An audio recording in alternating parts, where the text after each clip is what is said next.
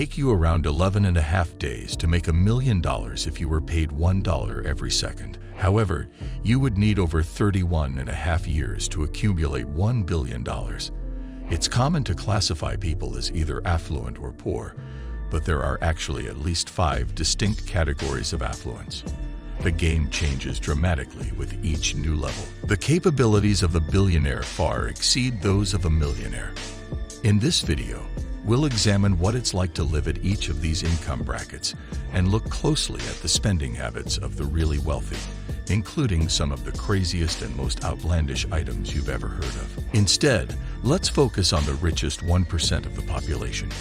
Despite the phrase's association with the very wealthy, it only applies to those with incomes of more than $200,000 per year. You would be in the top 1% of earners globally, but it may not make you feel as wealthy as you may expect. Sure, you can probably afford a lovely house and car. Beyond this point, wealth is evaluated in net worth rather than income because of the increased expenditures associated with the aforementioned luxuries and the likelihood that you are still employed full-time. Because if you have a lot of money, it means you have a lot of assets, and you probably don't get rich by working a 9-to-5 job. You own or control a huge corporation, regularly visit 5-star hotels, and have several homes in different parts of the world. You travel during peak times, such as the Monaco Grand Prix or Cannes Film Festival, and don't bat an eye when your hotel costs $10,000 or more per night. You have started to accumulate a group of people who can help you out on a personal level. You just need to have a conversation with the right person. Almost everything that average people associate with luxury is available to you. You can afford the most expensive automobiles, jewels, etc. You would take private jets instead of first class. Although this is true, rather than purchasing and maintaining your own private aircraft, most people opt to charter a flight or buy a fractional ownership stake in a plane through a company like NetJets. However, at this stage, there is also a significant shift in the people you associate with. A good place to start would be with local and national politicians. You probably enjoy a great deal of esteem among the elite.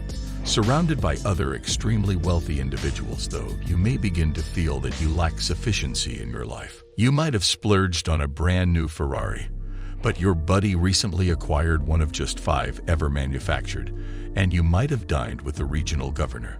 But someone you know recently had dinner with both presidents. People at this level are still ambitious, and this leads us to the next tier of prosperity. One needs a net worth of $100 million to $1 billion to be in this bracket. The company you own or operate is probably well known in the community, though they may not have heard of you by name. It's conceivable that you'll be able to mingle with A-list celebrities and business moguls now. You have a lot of freedom of movement and never go out of fashion. You have several mansions in different parts of the world, each of which is staffed and has its own fleet of luxury automobiles. You could have your own island and yacht, if that's your thing. You can do almost anything you can imagine, including play tennis with your favorite celebrity. Ask his contacts to chip in $100,000 or more for his nonprofit. You could challenge him to a match in most cases. Want to hire your favorite band for a private event? To be fair, they probably would at the proper price. If you're an art lover, what then? You could have the museum's curator give you a personal tour and unveil long-hidden gems. You can have anything your imagination can conjure up. Fees and contributions can help you get there. It's the same with purchasing items until you have hundreds of millions of dollars. People can be hired to track for the most luxurious iterations of desired goods.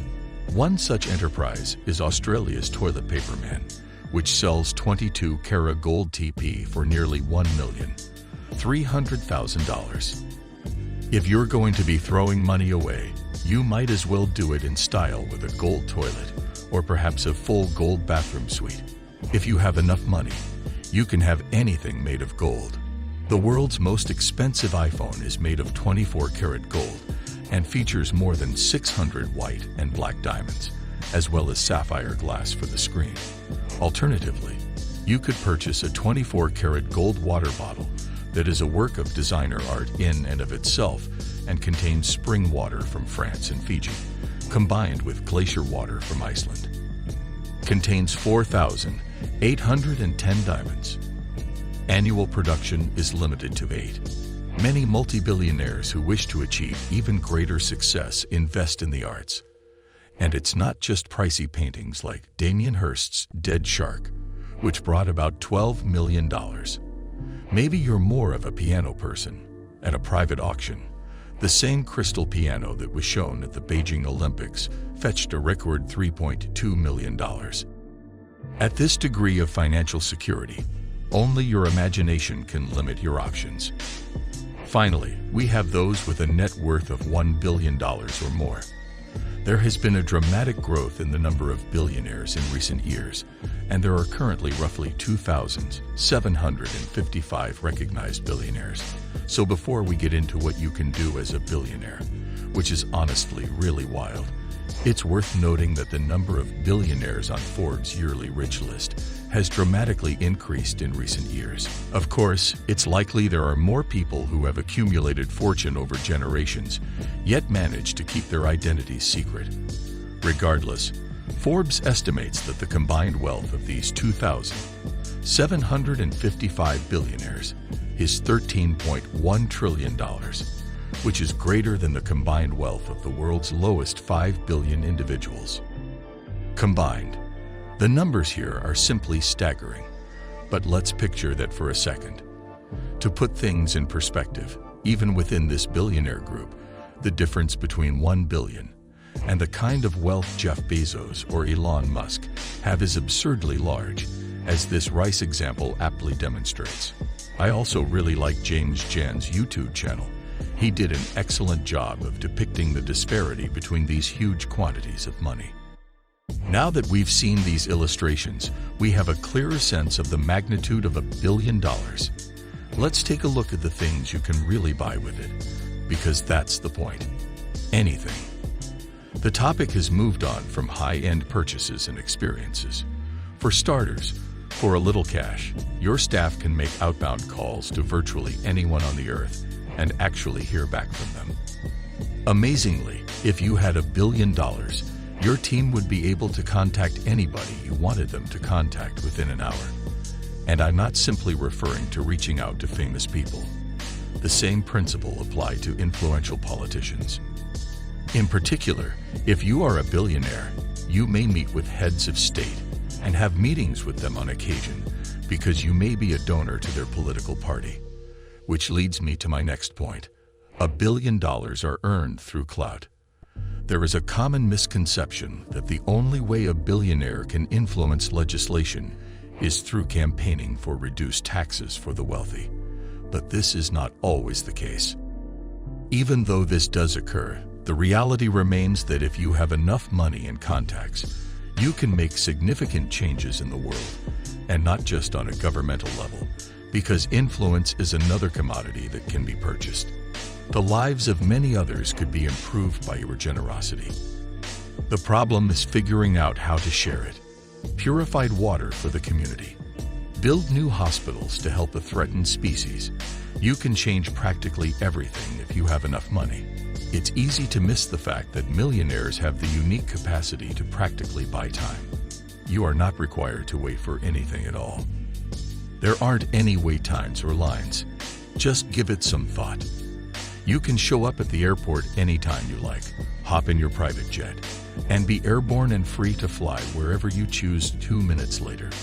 A driver will be waiting for you when you arrive and can take you wherever you'd want to go. The best table at the restaurant you stated you wanted to try will already be reserved for you, or perhaps your assistant has arranged for a celebrity chef to cook for you at one of your holiday homes. Instead, at any moment that's convenient for you, your every need will be met. But there are, surprisingly, drawbacks to being so incredibly affluent.